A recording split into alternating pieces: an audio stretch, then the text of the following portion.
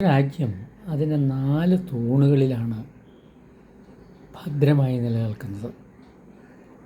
അതിലൊന്ന് പാർലമെൻറ്റാണ്, മറ്റൊന്ന് ജുഡീഷ്യറിയാണ്, മറ്റൊന്ന് ബ്യൂറോക്രസിയാണ്, മറ്റൊന്നാണ് മീഡിയ.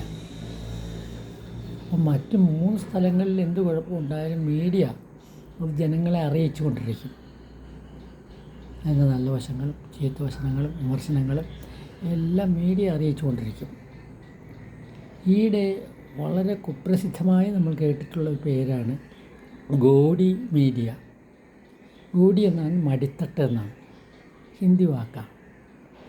മടിത്തട്ട് മീഡിയ എന്ന് പറഞ്ഞാൽ ഭരിക്കുന്ന കക്ഷിയുടെ മടിത്തട്ടിൽ സുരക്ഷിതമായി ഇരുന്നു കൊണ്ട് വർത്തമാനം പറയുന്ന മീഡിയ എന്നാണ് അതിൻ്റെ അർത്ഥം. അപ്പോൾ ആരാ ഭരിക്കുന്ന കക്ഷി? അത് മറ്റാരുമല്ല, NDA ആണ്, അല്ലെങ്കിൽ മോഡിയാണ്. മോദിക്ക് വേണ്ടി അദ്ദേഹം എന്ത് തെറ്റ് ചെയ്താലും, അദ്ദേഹം എന്ത് നല്ലത് ചെയ്താൽ അത് പറയും, തെറ്റ് ചെയ്താൽ പറയുകയില്ല. അദ്ദേഹത്തെക്കുറിച്ച് വിമർശനങ്ങളേ ഇല്ല, അദ്ദേഹത്തോട് ചോദിക്കുകയില്ല. അങ്ങനെയൊക്കെയാണ് ഗോഡി മീഡിയ ചെയ്യുന്നത്. അപ്പോൾ ഇത് ശരിയായ കാര്യമാണോ?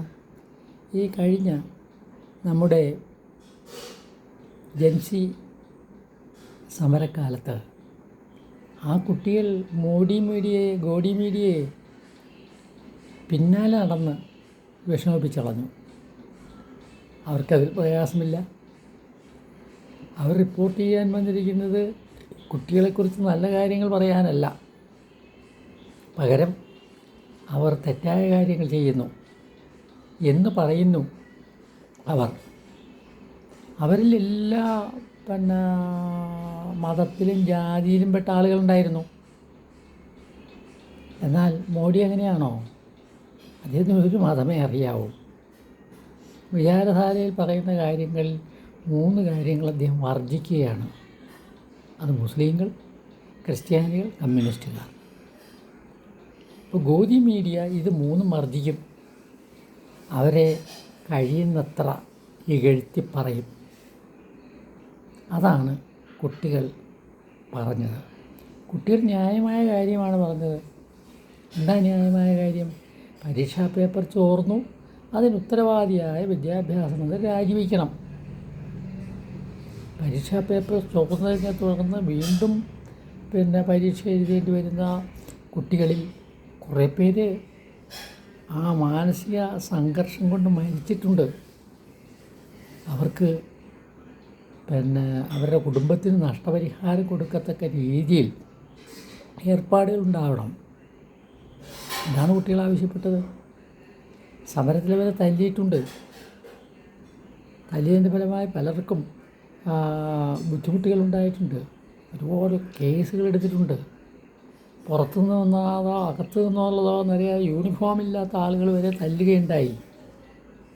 അപ്പോൾ ഇതൊക്കെ കുട്ടികളുടെ പരാതികളാണ്. അവയ്ക്കെല്ലാം പരിഹാരമുണ്ട്. അത് മോദി ഉടനെ തന്നെ അല്ല, 23 ദിവസം കഴിഞ്ഞപ്പോഴാണെങ്കിൽ അതിന് പരിഹാരം ഉണ്ടാക്കിയിട്ടുണ്ട്. അതിൽ നമ്മൾ സംതൃപ്തരാണ്. ആ സംതൃപ്തി വരാനുള്ള കാരണം എന്താ? ഗോഡി മീഡിയ മാത്രമാണ് നമ്മുടെ രാജ്യത്ത് വിവരങ്ങൾ അറിയിക്കുന്നതെങ്കിൽ ഒരിക്കലും വിവരങ്ങൾ അറിയില്ല.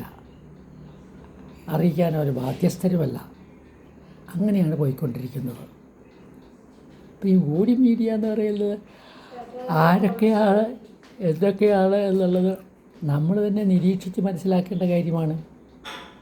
അയോധ്യയിൽ കൊള്ള നടന്നു, അതിനെക്കുറിച്ച് മിണ്ടുകയില്ല ചില മീഡിയകൾ. അതെന്താ സംഭവം എന്നുള്ളതിനെക്കുറിച്ച് വ്യക്തമായി പറയുന്നില്ല.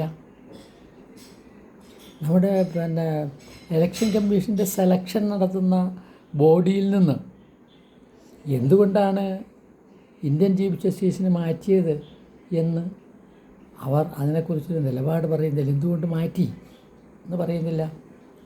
രാജസ്ഥാനിൽ നമ്മുടെ പ്രധാനമന്ത്രി പ്രസംഗിച്ചപ്പോൾ വർഗീയത പ്രസംഗിച്ചുവെങ്കിലും ഇലക്ഷൻ കമ്മീഷൻ നടപടിയെടുക്കുന്നില്ല. അതിനെക്കുറിച്ച് അവർ ചോദ്യങ്ങൾ ചോദിക്കുന്നില്ല. മണിപ്പൂരിലുണ്ടായ കലാപങ്ങളെക്കുറിച്ച് പ്രധാനമന്ത്രി മറുപടി പറയാതിരുന്നപ്പോൾ അദ്ദേഹത്തോട് ചോദ്യം പോലും ചോദിക്കാൻ ചില മീഡിയകൾ തയ്യാറാകുന്നില്ല. അപ്പം ഇങ്ങനെ ഒട്ടേറെ പ്രശ്നങ്ങളാണ് ഉണ്ടായിക്കൊണ്ടിരിക്കുന്നത്. അപ്പോൾ ഈ രീതിയിൽ പ്രധാനമന്ത്രി തന്നെയാണെങ്കിലും ശബരിമലയിൽ നടന്ന സ്വർണ്ണക്കൊള്ളയെക്കുറിച്ച് ഇവിടെ വന്ന് പല പ്രാവശ്യം പ്രസംഗിച്ചു. കേരളത്തിൽ വന്ന് പല പ്രാവശ്യം പ്രസംഗിച്ചു. അവർ പോസ്റ്റർ അടിച്ചു. മതിയായി ശബരിമല കൊള്ളക്കാരെ എന്ന് പോസ്റ്റർ അടിച്ച് പതിച്ചു. പക്ഷേ അയോധ്യ കൊള്ളക്കാരാരാണ്? യഥാർത്ഥ ആരാ? അയോധ്യയിൽ കൊള്ള നടത്തിയ സംഘപരിവാർ സംഘടനകളിലെ ആളുകളാണ്. എന്തുകൊണ്ടാണ് അങ്ങനെ പറയുന്നത്? സംഘപരിവാർ സംഘടനകളിലെ ആളുകളല്ലാതെ അവിടെ ആരും ജീവനക്കാരായിട്ടില്ല. അപ്പം ഇതെല്ലാം ഗോഡി മീഡിയ മറച്ചു വയ്ക്കുകയാണ്. അതുപോലെ തന്നെ ഇപ്പോൾ ഏറ്റവും പുതിയ ഒരടവ് അയോധ്യയിൽ നടന്നിരിക്കുന്നു. അതെന്താണ്? ശുദ്ധികലശം നടത്തിയാൽ എല്ലാം മാപ്പാക്കാമെന്നാണ്. അതിനായിട്ട് ഇന്ത്യയുടെ വിവിധ ഭാഗങ്ങളിൽ നിന്ന് താന്ത്രികാചാര്യന്മാർ വരുന്നു. ചില ഹോമങ്ങളും ക്രിയകളും മറ്റുമൊക്കെ നടത്തുന്നു. ഈശ്വരനോട് മാപ്പപേക്ഷിക്കുന്നു. മാപ്പപേക്ഷിച്ചിട്ട് ആ പ്രശ്നം അവസാനിച്ചതായിട്ട് കണക്കാക്കുന്നു. അപ്പോൾ ഇനി ഗോദി മീഡിയ പറയുന്നത് എന്തായിരിക്കും എന്ന് ആലോചിച്ച് നോക്കുക. ഒരു പ്രശ്നമില്ല, അതെല്ലാം പരിഹരിക്കപ്പെട്ടു. അങ്ങനെ പരിഹരിക്കപ്പെടാനുള്ളതാണെങ്കിൽ അവിടെ നടത്തിയ കൊള്ളയ്ക്ക് ഉത്തരവാദികളായ ആളുകളെ കണ്ടുപിടിച്ച് ശിക്ഷിക്കണ്ടേ? അതിന് ഇന്ത്യയിൽ ന്യായാധിപന്മാരില്ലേ? ഉണ്ട്, പക്ഷേ അതിനവർ തയ്യാറാവുന്നില്ല. ഗോദി മീഡിയ ഇതുപോലുള്ള കാര്യങ്ങളൊന്നും ചർച്ച ചെയ്യാനേ ഇഷ്ടപ്പെടുന്നില്ല. ഇപ്പം ആരൊക്കെയാണ് ഈ ഗോദി മീഡിയ എന്ന് ചോദിച്ചാൽ എനിക്ക് പെട്ടെന്നറിയാൻ തന്നോടാ. കുട്ടികൾ പറയുന്നു ഗോദി മീഡിയ ഉണ്ട്, അവർ പല വിധത്തിലത് നരേന്ദ്രമോദിയെ രക്ഷിക്കുന്നതിന് വേണ്ടി നടക്കുകയാണ്. ഈ കുട്ടികളോട് എനിക്കൊരു കാര്യം പറയാനുണ്ട്. അതെന്താ? ഇന്ത്യയിൽ ഇതുപോലുള്ള അനീതികൾ വളരെയധികമുണ്ട്, ഒട്ടേറെയുണ്ട്. നമ്മുടെ ജനാധിപത്യ അപകടത്തിലാണ്, മതേതരത്വ അപകടത്തിലാണ്, നമ്മുടെ ചേരിചേരാനയ ആപത്തിലാണ്, ഭരണഘടനയെ തന്നെ മാറ്റി എഴുതുന്നതിന് വേണ്ടിയുള്ള ശ്രമത്തിലാണ് ഈ ഗോദി മീഡിയ സുഹൃത്തുക്കൾ നരേന്ദ്രമോദിക്ക് സപ്പോർട്ട് ചെയ്തുകൊണ്ടിരിക്കുന്നത്. ചരിത്രത്തെ മാറ്റി എഴുതുന്നു. ഗാന്ധിജി, നെഹ്റു തുടങ്ങിയവരെയൊക്കെ പുച്ഛമാണിവർക്ക്. അങ്ങനെ എന്തെല്ലാം കാര്യങ്ങളാണ് നടന്നുകൊണ്ടിരിക്കുന്നത്. അപ്പോൾ തീർച്ചയായിട്ടും ഈ ജൻസി തലമുറ ഗോദി മീഡിയ എന്തും പറയട്ടെ, അവർക്ക് പണം കിട്ടിയാൽ മതിയല്ലോ. അത് ആവശ്യത്തിൽ കൂടുതലായിട്ട് ഒരുപക്ഷെ BJP കൊടുക്കുന്നുണ്ടാവും. അതിനല്ലേ കമ്പനികളെ പോയി ED പേടിപ്പെടുത്തുന്നത്. പറയുന്നത്ര പണം കൊടുക്കണം. എന്നാൽ EDയുടെ പേടിപ്പെടുത്തലിൽ പണം കൊടുത്ത് ആ പണം ഉപയോഗിക്കുന്ന രീതിയാണ് നമ്മൾ കാണുന്നത് രാജ്യത്ത്. ഇങ്ങനെ മീഡിയകളെ വിലക്കെടുക്കുക, അവർ പറയുന്നത് പോലെ പ്രവർത്തിക്കുക, അവരുടെ മടിത്തട്ടിലിരിക്കുക സുരക്ഷിതമായി.